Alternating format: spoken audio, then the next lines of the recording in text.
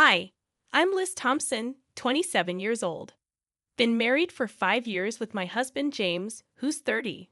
We have a little boy named Jack. He's 4. I used to work full-time, but now I'm part-time at the same job. James won me over with his determination, and that's how we ended up together.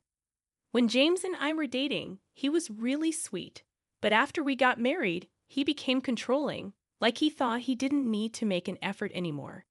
He's super lenient with his younger sister, Jennifer, who's almost 20. Even though there's a big age gap, he spoils her rotten. Before we got married, I got along fine with her, but things changed. Jennifer started showing up at our place all the time, and James would drop everything to cater to her. It's like I'm just a roommate, and she's the queen of the castle. She never brings anything when she comes over and acts like it's totally normal to ignore me. As usual, James invites Jennifer to join us for dinner, even though it was just supposed to be the three of us. She accepts without hesitation, saying that's why she came. I quietly remind James that there's only enough food for 3, but he insists I give my portion to Jennifer since she's here. He even suggests I should always prepare extra in case she shows up unexpectedly. Jennifer apologizes to me, but it feels more like she's happy James is on her side. James scolds me for not being more accommodating to his sister. Feeling frustrated, I make something for myself and join them at the dining table. When Jennifer sees me, she asks James to have a private conversation, excluding me and my son from the table. This isn't the first time I've had to move Jack's meal elsewhere and eat separately. After they finish eating and I start cleaning up, I notice James and Jennifer chatting on the couch, leaving the dishes for me to clean. It feels like they see me as a maid, ignoring both me and my son. I sigh and begin cleaning up, getting ready to bathe Jack. As I approach them, James asked me to get a piece of strawberry sponge cake from the bakery downtown for Jennifer. It was nearly 8 p.m., and I knew it was time to bathe Jack and put him to bed. When I explained this, Jennifer complained to James, saying she really wanted the cake and that skipping Jack's bath for one day wouldn't hurt. James started getting angry, knowing the argument would persist until I agreed. Reluctantly, I agreed to go to the bakery. The bakery was about to close at 9 p.m., so I hurried to get ready, knowing I could make it in time. As I prepared, I overheard James and Jennifer talking loudly, criticizing me for being inflexible and questioning why James married me. Jack wanted to come along, so we decided to go together. As I stepped out, James shouted that we'd get a divorce if I defied him again, and Jack, though young, looked concerned. Trying to hold back my tears, I asked Jack what kind of cake he wanted. His eyes lit up as he said he wanted a cake with lots of apples. We chatted happily about cake on the way, momentarily forgetting the hurtful words. When we reached the cake shop, it was almost closing time. I bought 2 slices of strawberry sponge cake and 1 slice of the fruit-covered cake Jack wanted, though the options were limited. Back home, I served James and Jennifer their cake slices and put one for Jack on a plate, heading to the dining table. Jennifer remarked that Jack's cake looked better, and surprisingly, James swapped it with hers. When Jack protested, Jennifer ignored him and ate his cake. James justified it by saying he bought it with his money, dismissing Jack's right to choose. I was furious and confronted them, but James threatened divorce again. Jack stopped crying, but his worried look broke my heart. After a moment's thought, Jack began eating the strawberry shortcake that Jennifer was meant to have. "Mommy, this cake is delicious. I'm glad I got this one," he said, trying to mask his discomfort. It was distressing to see 3 adults subjecting a young child to such a situation. When Jennifer reached for Jack's cake, I quickly intervened, suggesting we eat in another room. I wanted Jack to enjoy his cake in peace. James protested, saying it was fine for Jennifer to have a bite, but I ignored him and took Jack to the other room. There, watching Jack savor his cake, I felt a sense of relief.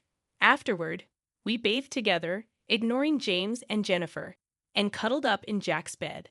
The next morning, Jennifer had already left when I woke up.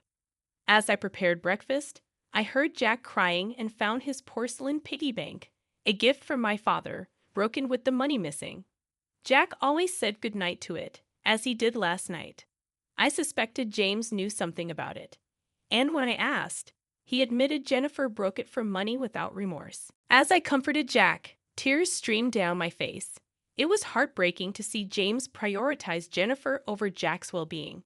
His callousness pierced me, and the mix of sadness and anger engulfed me. James, unmoved by our tears, complained about feeling gloomy in the morning, leaving me shattered. I couldn't hold back my frustration any longer and confronted James. Don't you see how wrong this is, making Jack cry like this? It was the first time I spoke out in anger. I never wanted Jack to witness marital discord, but I couldn't contain myself anymore. James didn't respond. Instead, he stormed off to the bedroom and returned with divorce papers, thrusting them at me. "If you're not happy with me, let's end it," he said before leaving for work. Jack had never cried over anything involving James and Jennifer before, but since last night, he had been inconsolable. I, too, had reached my breaking point. "Jack, let's take a break today and skip daycare, okay?" I suggested. Jack cheered, thrilled at the idea of spending the day with me. "Mommy's the daycare teacher today, right?" he said, his face beaming as he nestled on my lap, looking up at me with pure joy. I marveled at how much patience a young child like Jack must have. So we made a pact to spend the day playing to our heart's content, releasing all that bottled up patience. I knew taking the day off work would be inconvenient, but I believed it was the best thing for Jack. After explaining the situation, I managed to get some time off. We spent the morning at the park, playing until we were exhausted, then returned home for lunch. Jack seemed unusually tired and cuddled up to me like a little baby, falling asleep on my lap. Normally, he naps on the couch alone, but today he wanted to be close to me. Instead of doing housework during his nap, I decided to cherish this special moment, finding solace in watching Jack sleep peacefully. Suddenly, I heard the front door unlock, much too early for my husband James to be returning. Instinctively, I grabbed a nearby bag and swiftly hid in the bedroom closet, holding Jack close. As I listened intently, I recognized the familiar voice of the intruder. It was Jennifer. She seemed to be searching for something, muttering in frustration. Why does she have a key? What is she looking for? I wondered anxiously. Peeking out from the closet, I observed Jennifer's movements and listened to her murmurs. After rummaging through various items, she made a phone call, expressing her inability to find whatever she was searching for. Mentioning Bro, presumably James, she eventually left, locking the door behind her. The mystery of what Jennifer and James were seeking lingered in my mind. I carefully laid sleeping Jack on the bed and tried to make sense of what had transpired. Perhaps James and Jennifer were searching for something belonging to me, but I couldn't fathom what it could be. The whole situation left me feeling like James was a stranger, filling me with fear. Hastily, I packed Jack's things into the bag I had grabbed earlier. Just as I finished, Jack stirred awake. "Jack, let's go to Grandpa's house," I said, taking his sleepy hand. We hurried to the station and caught the train to my parents' home, just 2 stops away. Arriving unannounced, my parents were surprised to see us. Once Jack was home, he happily engaged with our family dog, bringing a sense of normalcy to the unexpected visit.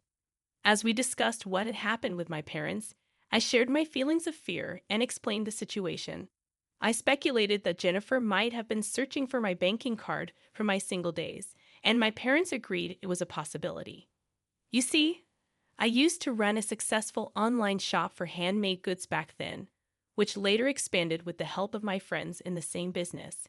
Even after getting married and having Jack, I continued to manage the business part-time from home, with my friends overseeing its day-to-day operations.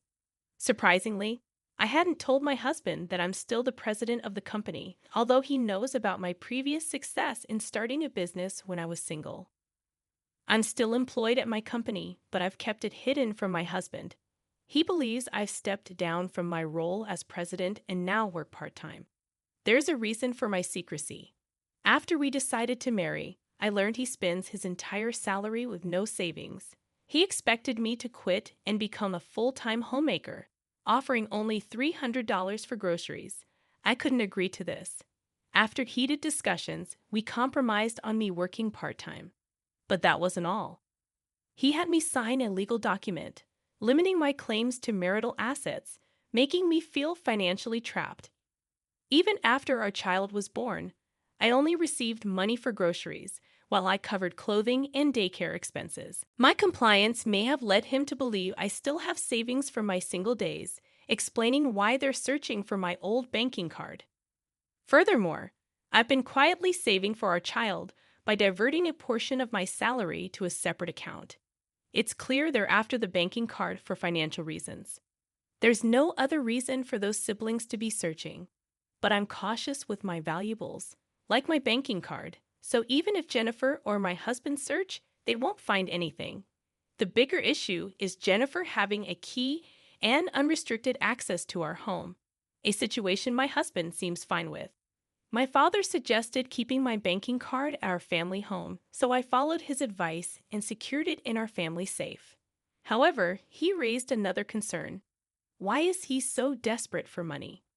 While discussing this with my parents, Jack approached us tearfully, admitting he had broken the piggy bank from my father and failed to save money in it as promised.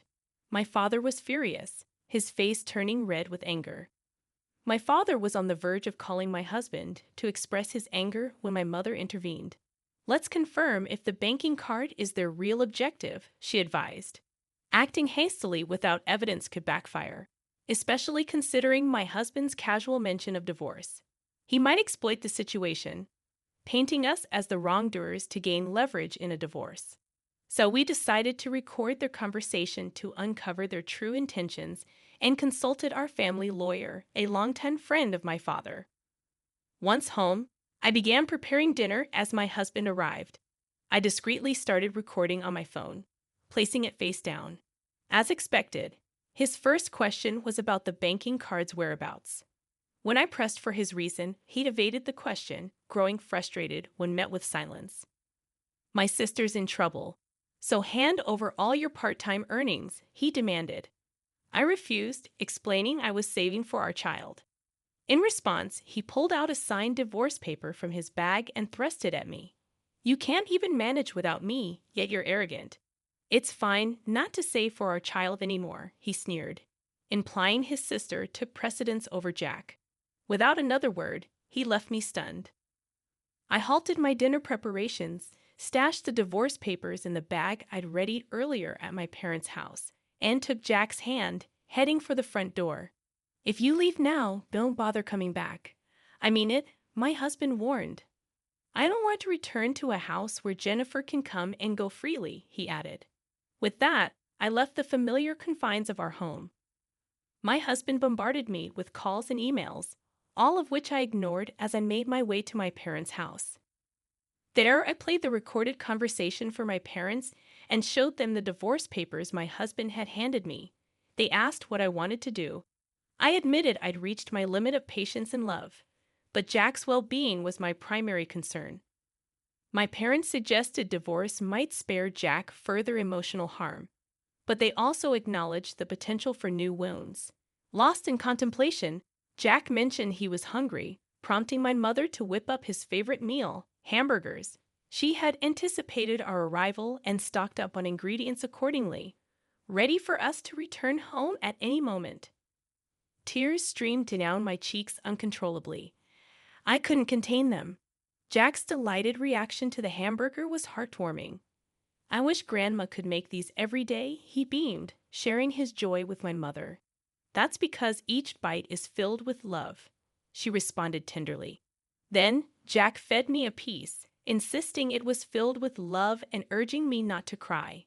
It was too much. I cried even harder, seeing Jack's concern for me.